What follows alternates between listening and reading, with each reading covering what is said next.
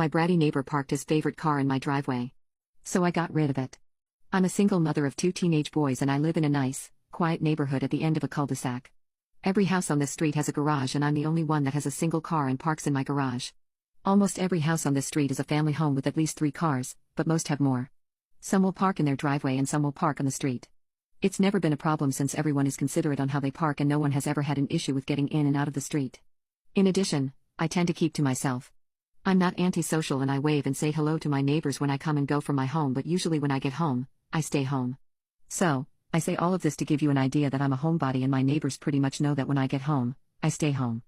About 6 months ago, the house to my right was sold to a larger family that consisted of dad, mom, and 3 teenagers. The day they started moving in, I made a point to go over to the edge of the property to wave and greet them in order to welcome them to the neighborhood. They were friendly and I was happy to have such nice people to move in next door. Also note, this family used their garage for storage and thus parked their 4 cars in their driveway. I didn't know it at the time, but their youngest son was just months away from his 16th birthday. I received a knock on the door and it was my neighbor, specifically the dad. We'll call him Dad. Dad, good evening, how are you? Me, we're okay. I'm sorry I can't open the door, but my youngest came home from school with a sore throat today and so I'm not sure what's going on with him. How are you and how can I help? Dad, I'm sorry to hear that, I hope it isn't anything serious. We are okay. My son just turned 16 a few weeks ago and I'm sure you saw the new truck we bought him. Me, yes, I did. It's such a pretty truck and big. Does he like it? Dad. Yes, he does. It's what he wanted so we got it for him. It is very big and that's what I wanted to talk to you about. Me, I don't understand. Dad, we have been having complaints from some of the other neighbors that his truck is so big that they can't get around it when they are driving through and we're afraid that it might get sideswiped if he continues to park it in the street. Me, yeah, I've had some intense moments trying to get around it myself, but I'm sure he will get better at parking as he gets more experienced. I'm not sure what this has to do with me, I haven't complained. Dad, oh, I know you haven't complained, which is why I was going to ask if he could use your driveway to park since you don't use it. Me, very stunned at this, I do use my driveway when I leave and come home. I can't get to my garage without using my driveway. Besides, I have issues with depth perception and your son's truck is so big it will take up most of my driveway and I don't want to be responsible for any damage that might happen while it is on my property. Dad, well, we will make sure that he parks so that it will allow you to come and go without any issues. Me, that isn't possible. The only way he can park to allow me to get around him is if he parks halfway on my lawn and that wouldn't work because then he would damage my lawn. If you are concerned about his truck getting damaged then why don't you let him park in your driveway and then one of your other smaller cars can park in the street? Dad, we've already discussed that and we would have to park 2 cars in the street in order for him to use the driveway. It would be very easy for him to park in your driveway and I can assure you that it will not be an inconvenience to you. You don't even use your driveway. Me, I'm sorry, but the answer is no. I'm not going to be responsible for his vehicle on my property and I need to be able to come and go without worrying about someone else's property. Dad, very upset at this point, you are not being very neighborly. I thought you were a nice woman. You don't use your driveway and this would benefit the whole neighborhood. Me, losing my temper at this point, listen, I told you no and I do use my driveway every time I pull into my garage and every time I leave. I'm sorry you don't have enough parking for all your vehicles, I'm sure it's frustrating, but it's not my problem that you decided to buy a vehicle that didn't fit your property. Now, while I also find it irritating to try to navigate the road with that truck in the way, it is public parking and so I deal with it. I will not have anyone else's vehicle parking on my property. Now, if you don't mind, I have a sick kid and need to get back to him. Have a good day. With that I closed the door and then looked out the peephole and saw him give me the bird before he turned to leave. I just shook my head and had to take a moment to understand that I actually just had that conversation. I then loaded my son up in the car and left to take him to minor emergency to get him checked out. All tests came back negative and I was told he probably had a run-of-the-mill virus and to keep him home and do self-care. Was told to bring him in if he got worse but not to worry. I went to work the next day and told my coworkers the story of my neighbor's request and they were shocked. I had one coworker suggest that I send an email to my homeowners to explain what happened just to get it on record because it was such an odd request. I took her advice and typed up an email that day when I was at lunch and sent it. For those who want to know, it was just an FYI email, not a complaint email. It basically stated that my neighbor made a request to park on my property and when I declined, he got mad at me and I wanted it on record just in case anything ever happens. So very glad I did. So, Friday comes and my youngest son has been home sick since Tuesday afternoon. When I got home Friday evening, I checked him and he had begun to run a fever and was complaining of several other things. I had been doing self-care with him since Tuesday and he didn't appear to be getting any better. Around 7 p.m., I decided to take him back to minor emergency and loaded him up in the car. I opened my garage door and I was absolutely shocked to see that very big F-350 sitting in my driveway, blocking me. I can't describe to you how angry I was to see that vehicle sitting there. Now, before anyone starts asking me how I didn't know it was in my driveway, it's because my street is very busy and cars are coming and going all the time, and unless someone knocks on my door, I don't bother watching every vehicle that drives up and down the street. The only window that can see my driveway are the ones in my kitchen, and I keep those curtains drawn and never look out of them. So, I get out of my car and stomp over to my neighbor's house and bang on their door. The mother of TH house answers the door, and this is the conversation. Mom, irritated and kind of angry, can I help you? You are interrupting our dinner. Me, your son is parked in my driveway after I told your husband he couldn't. I need to take my son to minor emergency and that truck is blocking me in. It's at this time that Dad walks up behind Mom and proceeds to talk. Dad, he isn't blocking you in, you can get around him. Me, no I can't. You need to move that truck or I'm going to call the police and a tow truck. I need to get my son in to see a doctor. Dad, turning to call for his son and then turning back to me, he's not blocking you but I will have him move it. Me, it doesn't matter whether you believe he is blocking me in or not. He is not allowed to park in my driveway. No one is allowed to park in my driveway, and if I find an unauthorized vehicle parked in my driveway again, I'm not going to bother to knock on your door, I'm going to have it towed. It was at this time I saw the son arrive at the door with his keys in his hands, and I turned to leave and head to my car to wait for him to move it, and I heard him call me that famous B word every woman has heard at least once in her life. I ignored him and headed to my car and watched as he got in, and after some effort finally was able to back out of my driveway and parked his truck in the street a little way down the road. I was able to leave and take my son to minor emergency. But what my neighbors did next infuriated me to a point where I knew how to do something. I would make sure that they would regret their actions. After my neighbors bought a fifth car for their son, which happened to be a huge monster truck, they asked if they could park it in my driveway. Their reasoning was that I didn't use my driveway, and they needed it. I politely declined explaining to them that I actually do use my driveway. But then as I was getting ready to take my child to the doctor, I see my neighbor's big monster truck blocking my driveway. I told him them to move, and that next time this happened I wouldn't ask. He called my beach and moved his truck. As we waited for several hours to be seen, I shot off another email to my House Owners Association about what had just happened. I want to advise, the House Owners Association had already responded the day before that they received my email, made a note of it, and advised my property was my own and I could give or deny access to it as I wish. It was this email string that I responded to while waiting for my kid to be seen. Again, all tests administered to my son came back negative, and I was told it was a run-of-the-mill virus and he would be fine. The virus just had to run its course. I took him home and called it a day. Saturday evening, my oldest started complaining of a sore throat and I was starting to feel poorly myself. My youngest appeared to be getting better, so I figured that whatever he had, that we were getting, so we stayed in all day Saturday and Sunday. Sunday evening at about 5:30 my oldest son spiked a fever, and while it came down a little, it didn't come down enough, so I loaded him in the car and off to minor emergency we went.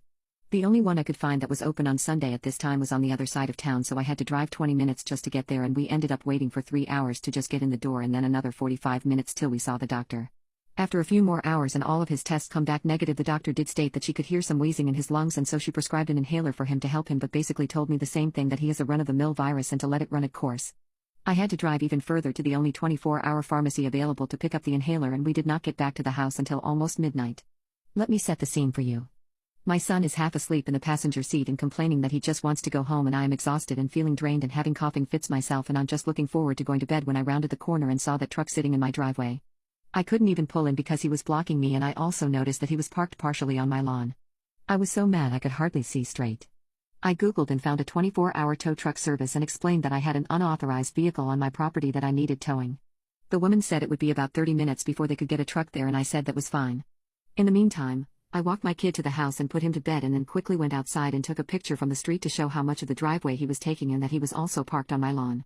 I couldn't understand why they would park in my driveway again after I had told them no, and the only thing I could come up with is that since there had been no activity at my house for hours, that my neighbors probably assumed I was in for the night and wouldn't notice the truck in my driveway. This is pure speculation, but it's normal for me to be in for the night, especially after 6 p.m. I don't know if they missed me leaving or just saw me leave, but figured I was home, but it really doesn't matter because I told them they couldn't park on my property. It was about 12:30 a.m. when the tow truck arrived, and I half expected my neighbors to come running, but there wasn't any activity from them, and the driver left with the truck without incident. I went in, shot off another email to my House Owners Association along with pictures and an explanation that I had towed the vehicle, and then went to bed. At 6 a.m. this morning I woke up to someone banging loudly and rapidly on my door. I didn't have to look, I knew who it was. I grabbed my phone, hit the video record button. Before I opened the door, I looked through the peephole and saw the dad and his son at my door. I opened the door and following is the conversation: Dad, very angry and yelling, "Where is the truck?" Me, as calmly as I could state while coughing: "It was towed. You can call such and such company to make arrangements to get it back." "Dad, you didn't have the right to tow it." You're going to pay to get it back. Me, I had every right to tow an unauthorized vehicle on my property. I told you not to park on my property and you did it anyways. It blocked me from getting in my driveway last night. I told you I was going to have it towed after the last time you parked without my permission. And I won't be paying anything to get it back. Dad, you stole my truck, you F&B, and I'm calling the police. I'm going to sue you. Me, having enough of this, go ahead. In the meantime, I'm sick and I'm going back to bed. I closed the door and stood there for a moment. I looked out the peephole and they were still there. The dad started banging and was also ringing my doorbell nonstop. He knocked and rang my doorbell for another 4 minutes before he gave up. I am still recording all of this and I didn't turn off the video. He was gone. I turned and saw my kids standing there. The noise had gotten them up and I just advised that if they were still feeling ill, to just go back to bed because that was where I was going. Now I will honestly say that I didn't think he would call the police, but he did. It was about a half hour, I really wasn't looking at the clock, that I heard the doorbell ring. I got up and looked through the peephole and a police officer was there. Police officer, good morning ma'am. Sorry to bother you, but we had a report from your neighbor.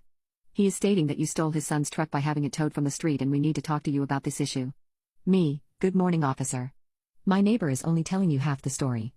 I had his truck towed this morning from my driveway when I returned home from minor emergency. I couldn't get into my driveway and I have already told him twice that him and his family can't park on my property. This issue started last week and I have emails to my house owners association, pictures of his truck parked in my driveway this morning, and a video of my neighbor's visit this morning where he called me names and told me he was going to sue me and call the police. I can show you if you would like? Police officer, yes. So, you are saying that the truck in question was on your property without your permission and that you had it towed? Me, yes. Last Tuesday he asked if I would allow his son to park in my driveway. I told him no and he got mad at me and flipped me off before leaving. Then Friday evening, when I was leaving, I discovered his son had parked in my driveway and I couldn't leave my garage. I went over and demanded they remove the vehicle and I told them at that time that I would have the truck towed if they parked on my property again. I came home late this morning and the truck was in my driveway, so I had it towed. Police officer. I just want to confirm, you are saying that it wasn't parked on the street but in your driveway. And you have proof of this? Me, yes sir. If you will give me a minute, I will print off the emails that I sent to the House Owners Association, that document the issues and I will also show you the picture and video as well. With this, the police officer said that he would wait for me to print everything off. Once I got the emails printed, I then returned to the door. Opened my Photos app to the officer to show the truck in my driveway, time-stamped. Handed my phone and printed emails to him. After looking at the photo where you could clearly see my house in the background, the truck blocking the entrance and that it was partially on the lawn, the officer then read the printouts. He handed my phone back to me and asked me to open the video that I had referenced while he went over to the lawn to look. I watched him look at the area and then take a few photos. I could see my neighbor and his whole family standing in their driveway watching me and the police officer. The police officer returned and I handed him back my phone with the video ready and he watched it. After he finished watching the video, we had the following exchange: Police officer, I am going to need a copy of that photo and video for my file. If I provided you with an email, would you be able to send it to me? Me, yes sir. No problem. Police officer, I have enough information for my files to determine that the vehicle was not on public property and was in fact on your property. I've made a note that you did not give permission for the vehicle to be parked on the property. Based on the emails you gave me with dates and time, it appears you did in fact advise your neighbor not to park on your property. Would you like to file a trespassing report for this incident? Me, oh, absolutely. Police officer, I can see you are not feeling well. You can either file with me now or you can go online. Getting business card out, writing on it, and then handing it to me. Here is my business card with my email address that you need to use to send me your photo and video in the case. His number was on the card as well. Do you want to file with me now? Me, honestly, I'm exhausted and would prefer to file online later. Police officer, okay. Reference this case number when you email your evidence and file the online report. Also reference my name in the report. One more thing, I saw in the video where the dad stated he was going to sue you for having the truck towed. He can sue you if he wants and I would advise that you keep all of the evidence you provided me with today along with the case hash I just gave you. Give it a few days and you can request a copy of the report and you will want to keep that as well. If you decide to file an online report, you will need to keep a copy of that as well. I'm going to go talk to the dad now and sorry to have bothered you. Me, thank you officer. I'm sorry you had to come out. Police officer, have a good day ma'am. Get some rest. With that, I closed the door and went back to bed. However, I am so mad that I didn't get any sleep. A few hours ago, I sent off my photo, video, and another copy of the House Owners Association emails to the email address the police officer gave me and then saved all of that information just in case. I also filed a trespassing report online. I then sat down and started typing this story. Not sure where this is going to go, but I am going to see it through. I know that I'm going to get a lot of pushback from people saying that I should have just knocked on their door and had them move the truck, but I feel that I was right to have the truck towed. I had already told them twice not to park on my property and it didn't stop, so this was the consequence.